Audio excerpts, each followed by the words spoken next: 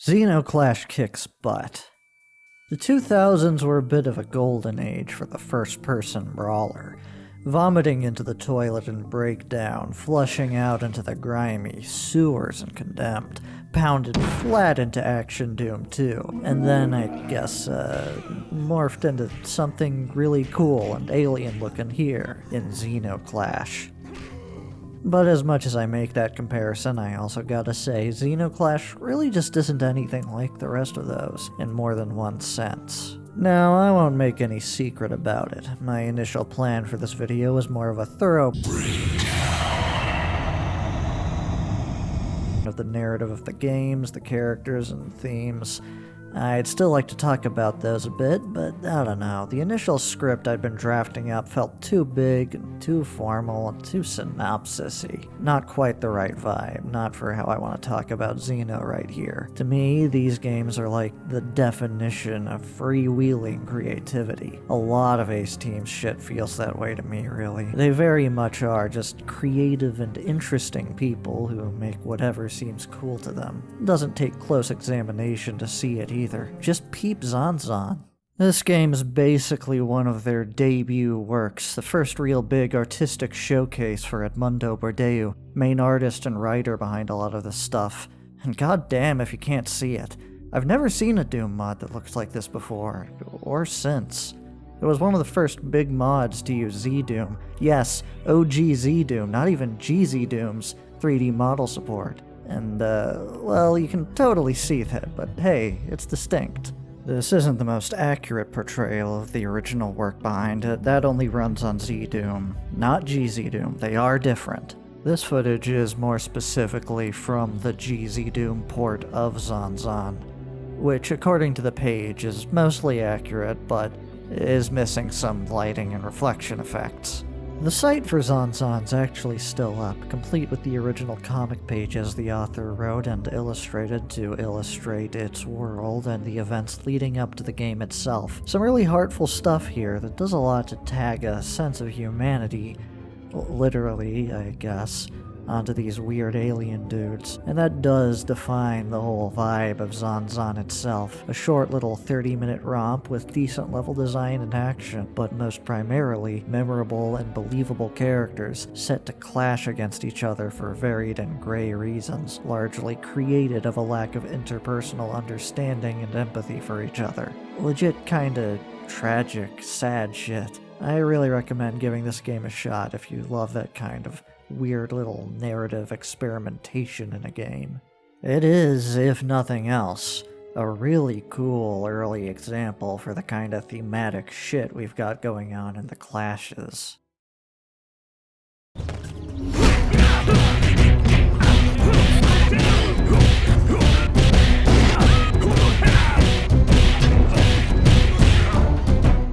To summarize Zeno Clash, I will try not to do in too much detail because this game is only like $10, only 2 hours long, and I am talking about it because it has got some of my favorite storytelling in a video game.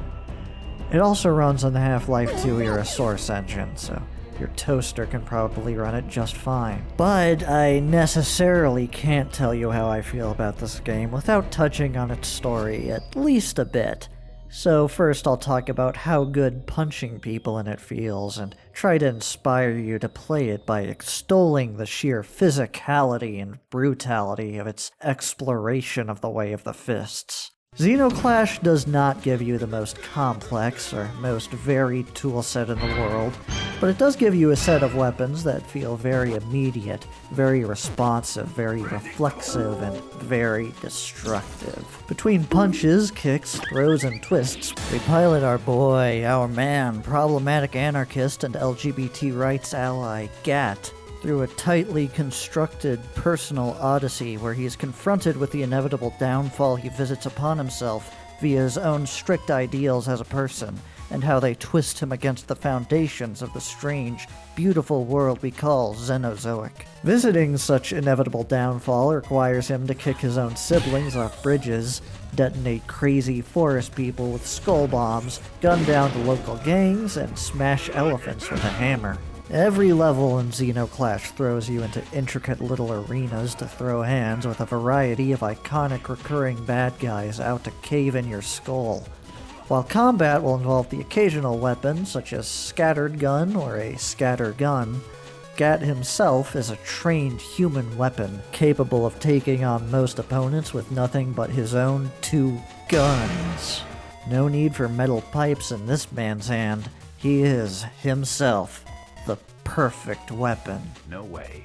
That said, as I said, Zeno Clash's combat does lean on the simpler side, and it is a bit of a buggy little source engine hack of a game. There are obvious, cheap, abusable strategies to get through fights, and you can pretty easily ignore stuff like the timed dodges if you nail such cheese down. The game does have a challenge mode if you want to maximize your challenge and achieve full systems mastery. I don't really come to Zeno Clash for that, though. I love this game for the story. And what a goddamn story it is. Beginning with the initial mystery of Gat killing his own father and mother. Father, the hermaphroditic parent of him and his siblings.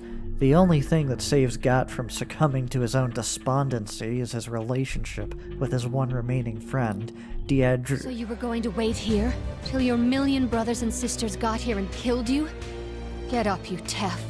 Oh, that's the Ultimate Edition footage. I won't say her voice actress in the 360 port is bad, but it was an odd choice for a recast. The original performance is a bit raw, but that rawness works. It's funny you decided to follow me, Deidre, because I wasn't going anywhere. So you were going to wait here till your million brothers and sisters got here and killed you? Get up, you Tef. We'll go into the beach or the woods, where we can hide. Away from Halstedom.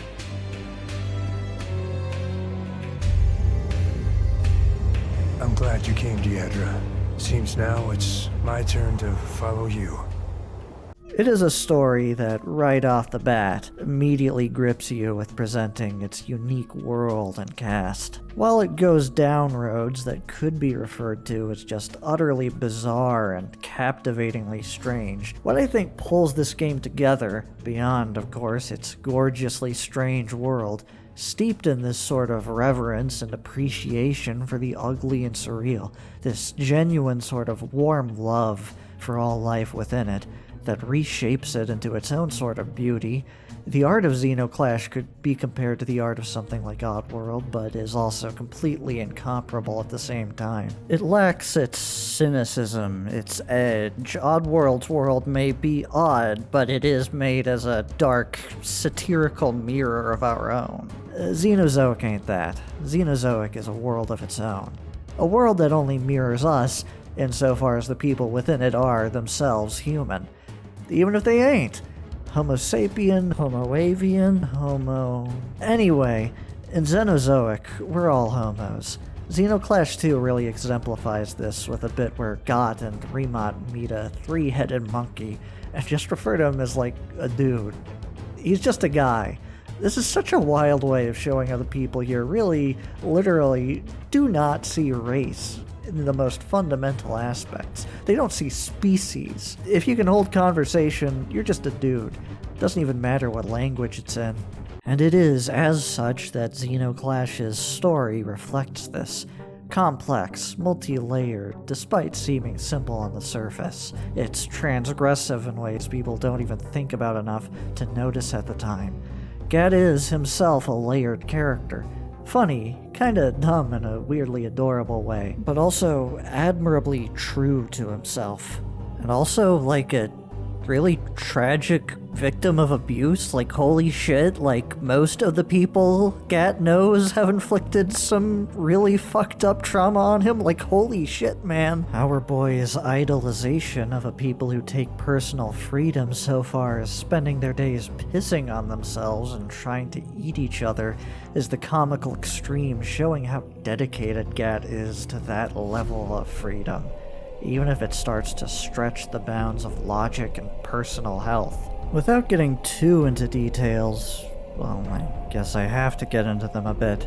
Oh well. The plot of Zeno Clash essentially revolves around Gat locking himself in between all these different aspects of himself, exiled from his own family for his simultaneous inability to forgive a fundamental transgression committed by someone he respects, but also holding too close to his ideals of how he views people should be able to live to reveal something that would fundamentally bring a sort of unlivable shame to that person. And I won't say this is the game making a deliberate comment on, gender identity. Xenozoic is its own world, its own culture, with its own cultural views and outlooks. But goddamn if contrasting that with a character like Golem is not landing it in an area that could softly be described as undeniably striking and kind of progressive in its general outlook. I'll try and get into saying why I think that in a few, but first I want to talk about Golem. I am glad you seek the light as I do. For years, I have only seen these shadows.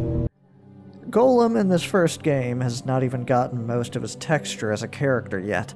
And yet, he and his weird, fucked up, otherworldly shadow castle, steeped in its own more distinctly orderly, classical marble architecture, are utterly crucial to digging deeper into the game's general exploration of the extremes of order and chaos, of law and anarchy. A perfect archenemy for Gat, who he doesn't even realize is an enemy until he finally learns what the meaning of the word cop is.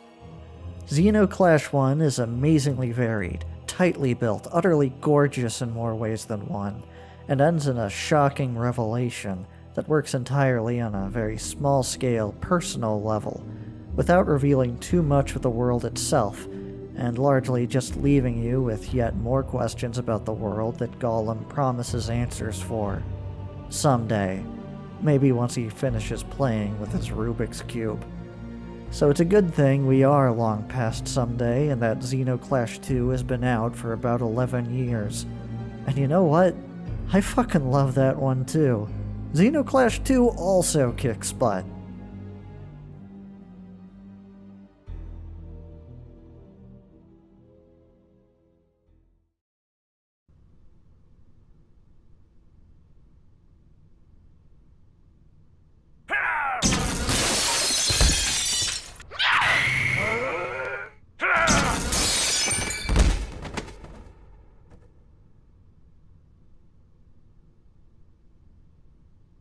Following some time after the first game, Zeno Clash 2 is a direct continuation to Gat's story, now featuring him partnered up with his sister and most recurring leader of his siblings from the first game, Remat, who functions as a co-op partner both in literal co-op gameplay and as basically a funny little familiar Gat can summon in for combat when you're playing alone.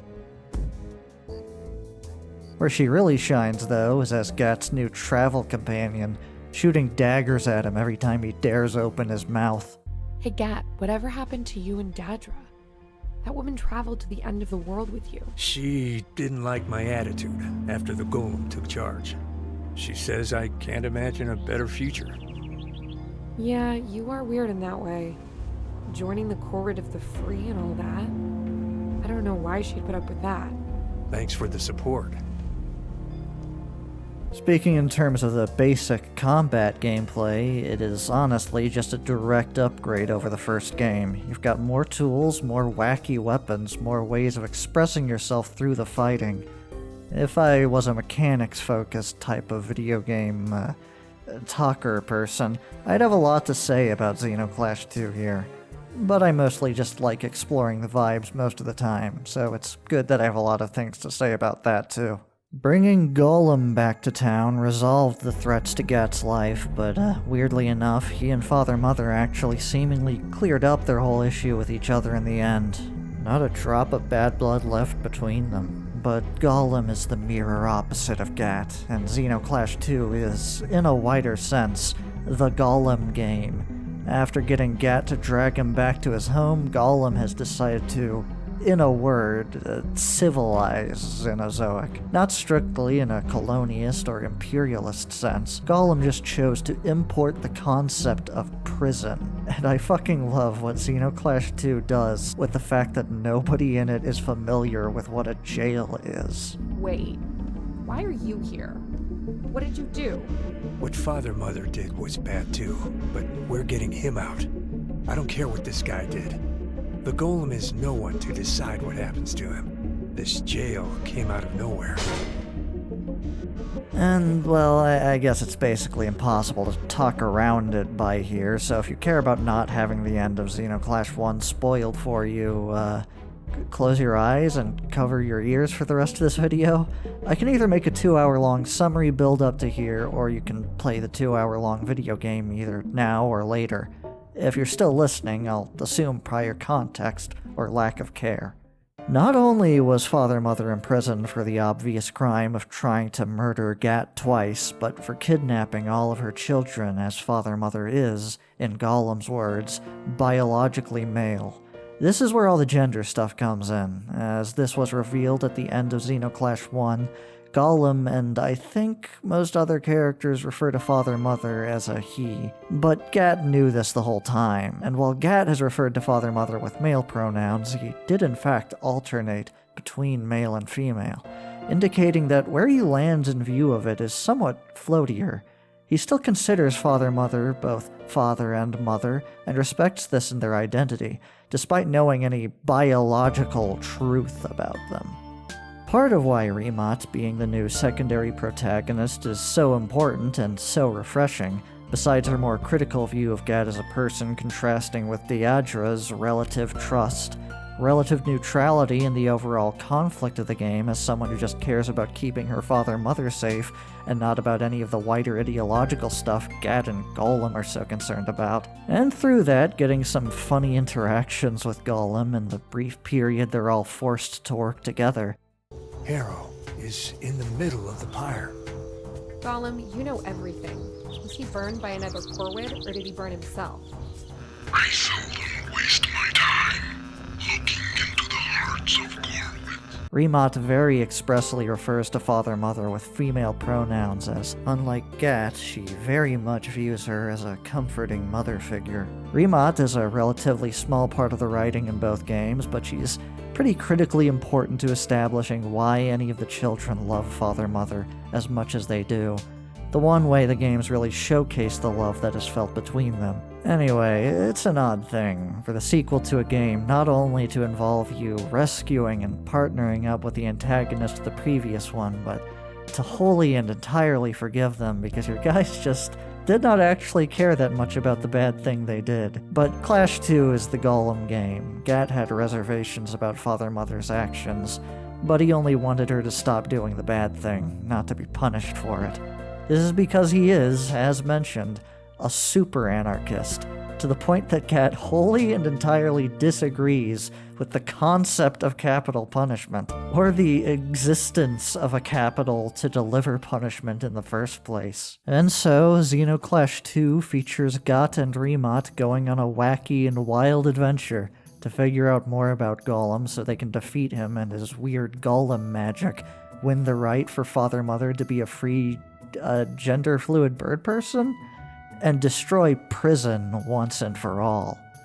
All while Golem possesses all the power needed to stop them himself, but basically just refuses to because it had crumbled down his moral argument that nothing he's doing is wrong because he's not directly interfering with anyone. Golem does not, as an antagonist, rule over Xenozoic or personally punish criminals. He merely suggests things from whatever world he himself hails from to the inhabitants. As Zeno Clash 2 takes Gat and Remat to different corners of the world, learning about the different golems who live or lived there. And as much as Zeno Clash 2 tells you about Golem, his role in the world, his personal life, his relationships, the reasons for his disdain for certain parts of the Zeno lifestyle, even his real name, what Zeno Clash 2 overwhelmingly ends up telling you is about how much of just another regular-ass dude he is. Once again, a true mirror for Gat, trapped by his own ideals and the machinations of others into a course of action that brings him discomfort.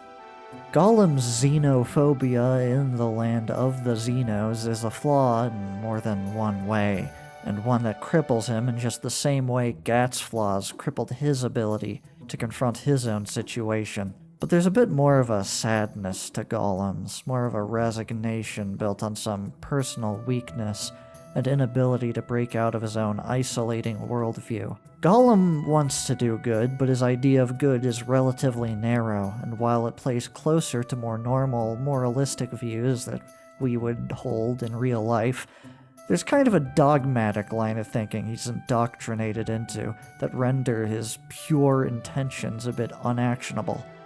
A theme built up through each golem you learn about. They all have similar passions and interests, despite differing as people, but in the end, each and every one of them is alone, because of their inability to break out of their self-imposed isolation. Even our Big G, being physically present, has got some mental blockages between him and other people that leave him isolated and alone, unable to come to an understanding with people like Gat. He necessarily has to be a bit of a hypocritical figure, because if he doesn't break rules, he can't maintain the rules in the way he wants. He wants to be genuine and kind and understanding, but is required to be cruel, and thus has to, in his own eyes, seek out the kindest ways to be cruel. Zeno Clash 2 as a game ends up a bit of a tragedy for the guy, bouncing from the endpoints of Gat's rebellious and anarchistic extreme to Golem's overly orderly, oppressive one. Golem imported the metal cages to Xenozoic, the concept of locking people within them, but for Golem they had always existed, somewhere inside. We'll never know when, where, or why Golem was bound, only that he decided that binding was also in the best interest of others.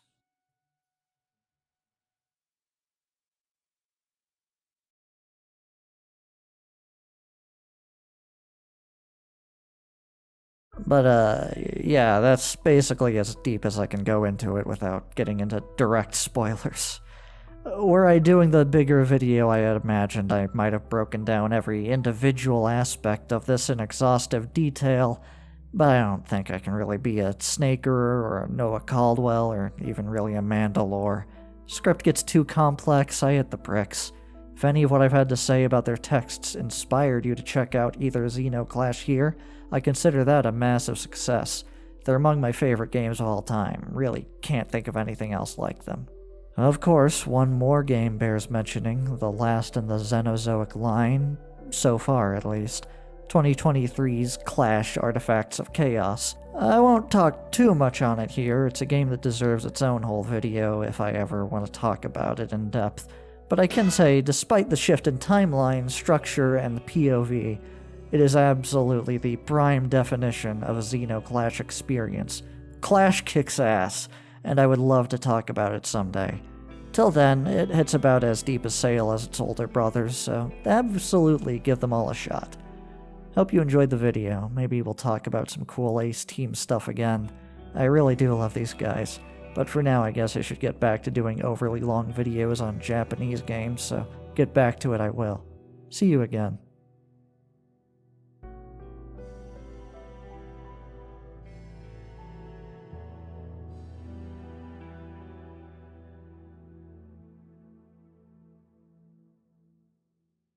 He has his mind set on headbutting things.